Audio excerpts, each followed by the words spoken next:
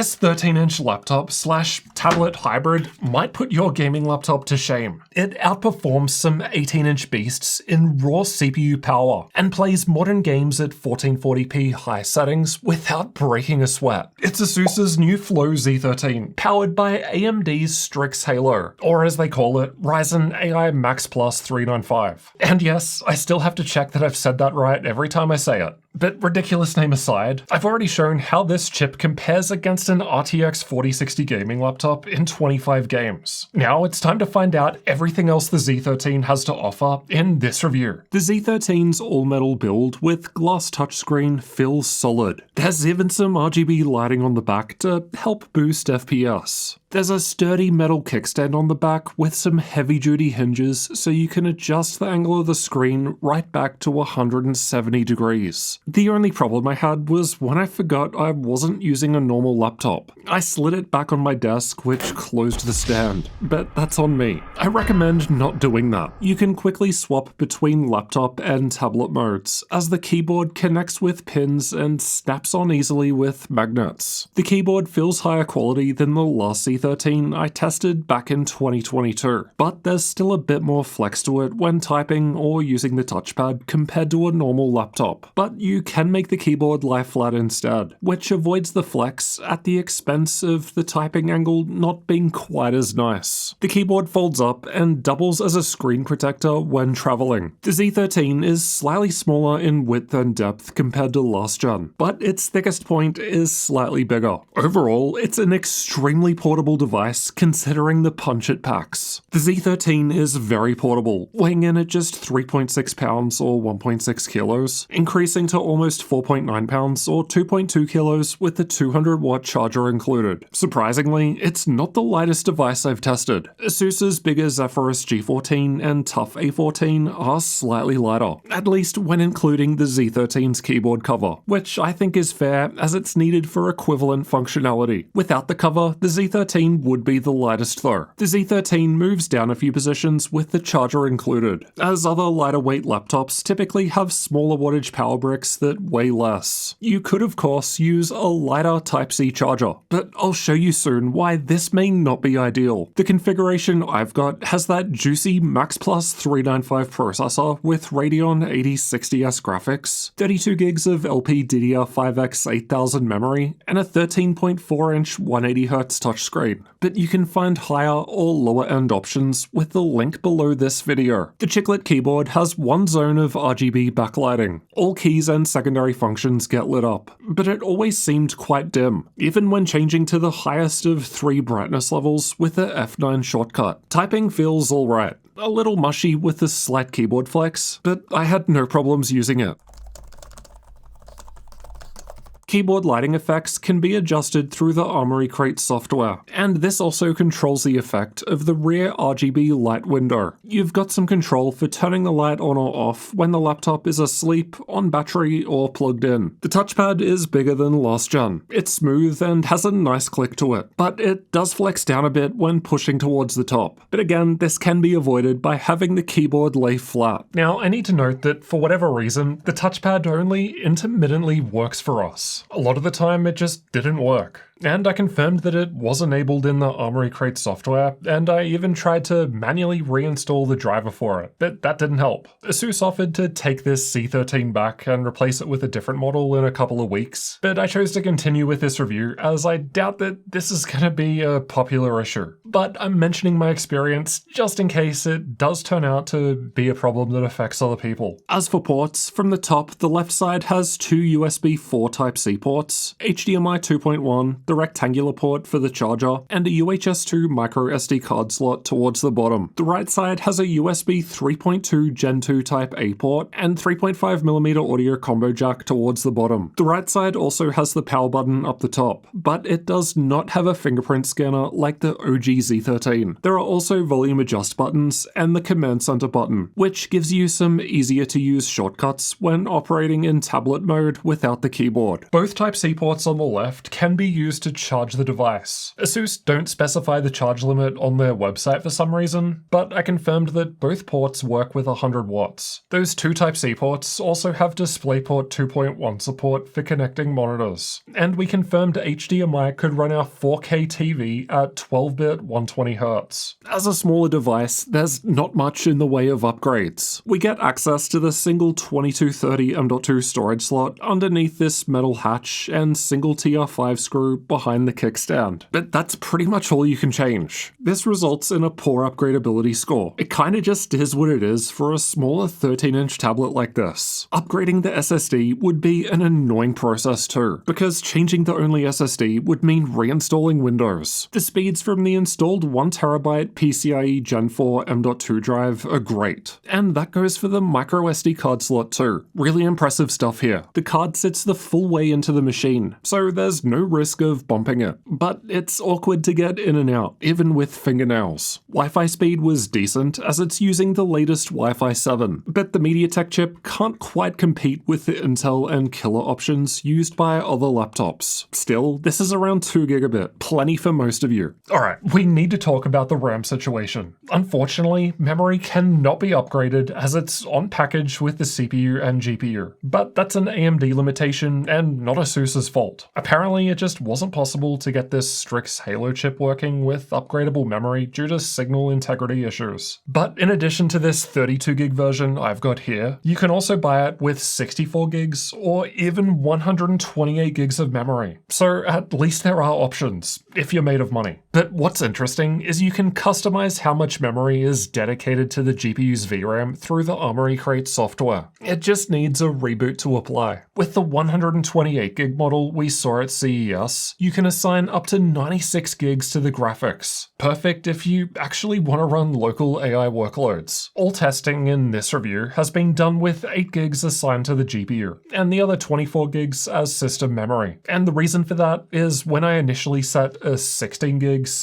split, so 16 gigs for the VRAM and 16 gigs for system memory, I found the 16 gigs of system memory to be a performance limitation. Of course, it depends on the workload and what exactly you're running, but yeah, for the apps and games tested in this video, I found that assigning 8 gigs of VRAM generally worked better. But either way, it's super cool that you can just change it with a reboot. My only issue is the default is 4 gigs of VRAM, which will be more likely to hurt game performance. I think ASUS could have done better here by setting the default to 8 gigs. Again, you can change it yourself, so just be aware of that. The speakers are found on the left and right sides towards the bottom. They sound tinny and a bit meh with only minor bass. Speaking of sounds, ASUS has a new boot sound this year which plays by default.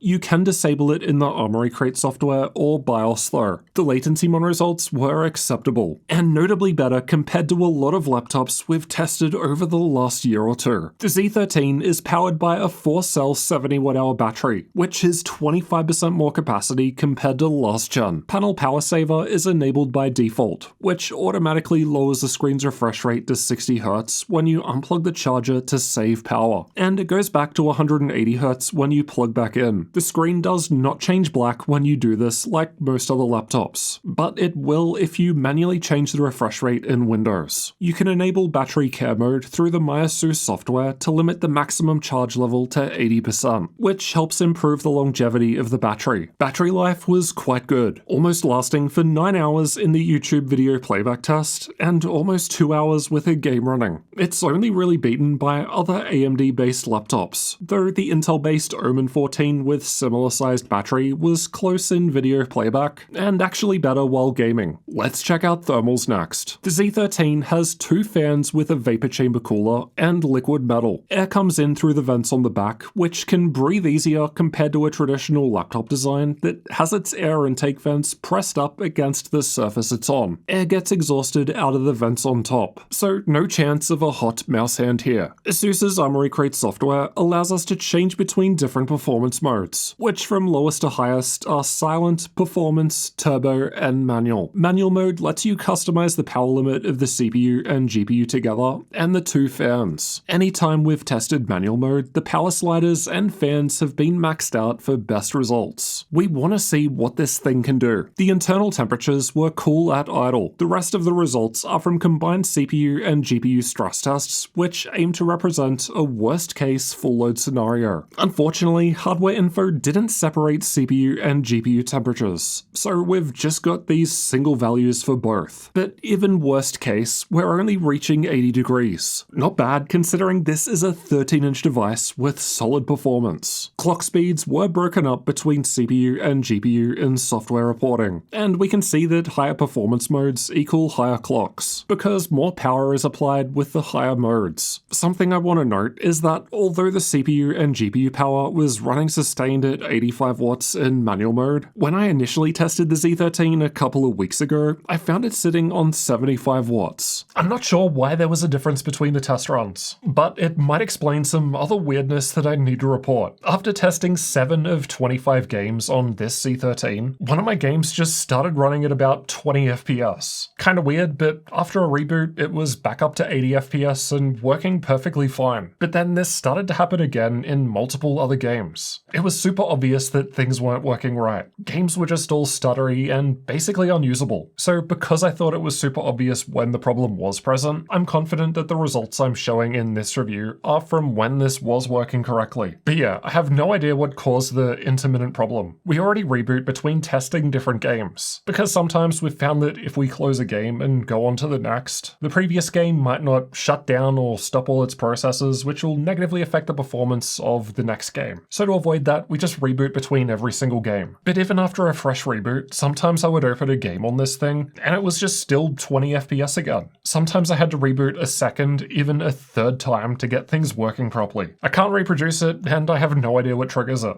If I had to describe it, it kind of feels like what happens when you open a game and it's running on the integrated graphics instead of the discrete graphics. So performance is just really bad. Except that can't be happening with the Z13, because it only has one GPU, which makes me wonder if there's some other issue with the power limits. I did mention this issue to ASUS, so hopefully they can track it down and find a solution, assuming that this is even a widespread issue at all, because I asked other people who reviewed the Z13 and they didn't notice any problems. But at the same time, I also don't know anyone else that's tested 25 games on this thing. Here's how the Z13 performs in an actual game with the different performance modes. I've got the native results without upscaling shown in purple, and a demonstration of the performance improvement that's possible by setting FSR to balanced in red. Gaming with a smaller 100 watt Type-C charger was still usable even at the native 2560 by 1600 screen resolution, and it was running better than performance mode with the larger 200 watt charger connected. But the battery drained by 5% in just my 10 minutes of testing, so it's probably not too sustainable. The CPU can use more power in a CPU-only workload like Cinebench, where the GPU is idle. There's not really a difference in single-core performance, at least with the bigger 200 watt charger connected, while more power from higher performance profiles equals better multi-core performance. Running on 100 watts of Type-C power in manual mode gives less performance than silent mode with the bigger 200 watt charger connected. It's an extremely impressive result when compared to other laptops. Intel laptops are still ahead in terms of single-core performance. But just take a moment and remember that this is a 13-inch tablet-style device that's scoring better in multi-core compared to a number of larger 18-inch laptops. Performance lowers if we unplug the charger and instead run off of battery power, as it's limited to performance mode. But it's still an extremely impressive result, only beaten slightly by AMD's older 16-core laptop chip, which was only found in much bigger devices. We should be getting the newer 9955 HX3D in soon, so make sure you're subscribed to see how that performs. The glass touchscreen can get a little warm, but I didn't find it hot while using it under load. Most laptops I test are in the low 30 degrees Celsius range on the keyboard at idle, but the Z13 is well below this even under load, because it doesn't have any heat generating components beneath the keyboard like a normal laptop. This results in the Z13 having the coolest keyboard hotspot measured in the last few years. Let's listen to how loud the fans get next.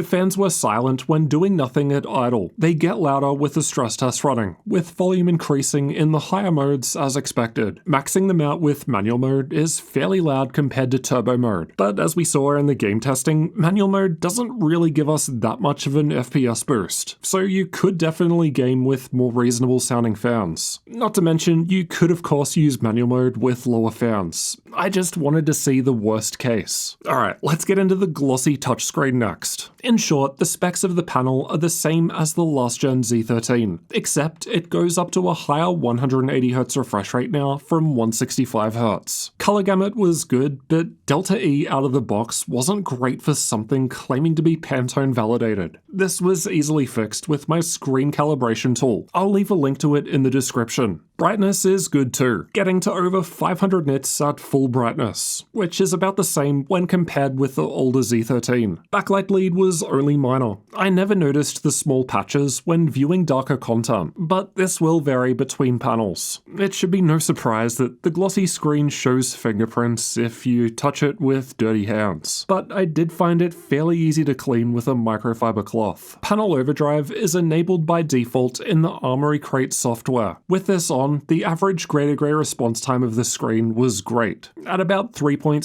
milliseconds. It can't compete with any of the OLED screens, but it's still fast relative to most other non-OLED gaming laptops, and significantly faster compared to the panel in the original version of the Z13 that I tested 3 years ago. So that's a great improvement. The total system latency is the amount of time between a mouse click and when a gunshot fire appears on the screen in Counter-Strike 2. The Z13 wasn't bad here, but for the most part, many less expensive laptops were faster. The Z13 does not have a MUX Switch, as there's only one GPU, so there's nothing to swap between, and FreeSync is enabled by default. There's a 5 megapixel camera on the front which can record at 1440p, and it has IR for Windows Hello Face Unlock. There's also a bigger 13 megapixel camera on the back, so you can record at 4K if you want to be that guy holding a tablet. This is how the camera and microphones look and sound on the front-facing 1440p camera, and this is what it sounds like while typing on the keyboard.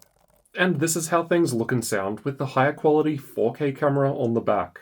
Now let's find out how well the Z13 performs in games. We've tested it with these settings for best results. Cyberpunk 2077 was tested with our own custom test run, and I've got the Z13 shown by the red highlight. At 1080p, it's slightly ahead of AMD's 6800M discrete graphics from a few years back, or slightly behind their 7700S in the Framework 16. Compared to Nvidia, it's a little behind the RTX 4060, but it's able to beat the low-powered 4070 in HP's Omen 14. Things are much the same at the higher 1440p resolution, but check out the Z13's higher 1% low. This means there are fewer dips in performance, and I suspect it's due to the Ryzen AI Max Plus 395 processor having a massive 80 megabytes of cache, more than double the amount compared to many others here. Red Dead Redemption 2 was tested with the game's benchmark, but strangely, the Z13 didn't perform very well here. This took me by surprise, because other laptops with AMD Radeon graphics generally outperform Nvidia here more so than compared to most other games. I mean, it's still running 70 FPS at 1080p high settings. Not bad, but even RTX 4050 laptops are doing better.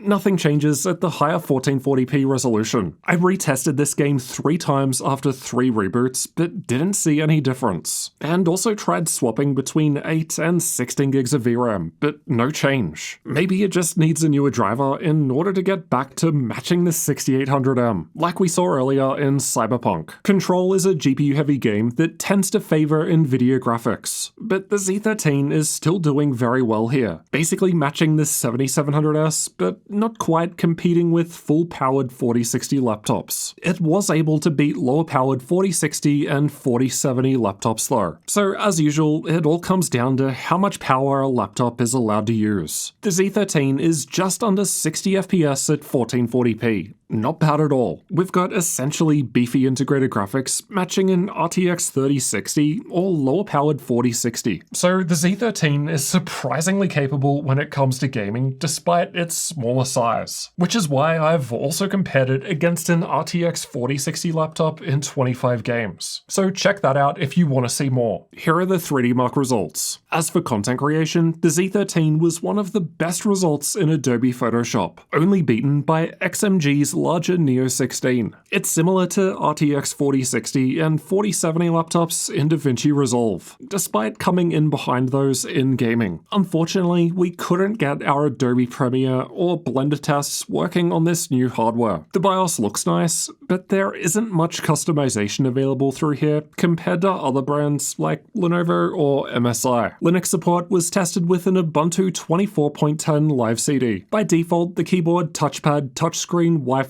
and camera work, but only the front camera. I couldn't swap to the rear. Speakers did not work, and neither did Bluetooth, screen brightness shortcuts, or keyboard RGB lighting. Hopefully, these things improve with updates, as this is very new hardware. Pricing and availability will change over time, so check the link below the video for updates and current sales. And if the Z13 does have a good sale, we'll be sure to add it to our gaminglaptop.deals website. We update that every day to include all of the latest sales, so make sure that you check it out regularly to save money on your next gaming laptop with the link below. At the time of recording in early March, the Z13 starts from $2,200 US for the one with 64 gigs of memory. I'm not sure why the lower tier 32 gig version I've tested in this video costs $100 more, but maybe this will change soon once they're actually in stock to buy. But that price is kinda crazy when you consider that you could buy 3 RTX 4060 gaming laptops instead, which will perform better in games too. I mean, you could literally spend less and get a far better performing RTX 4080 gaming laptop for that sort of money with the sales on our deals site. Of course, that's only considering raw gaming performance. The Z13 is a unique device, and isn't designed strictly to offer the best gaming per dollar value.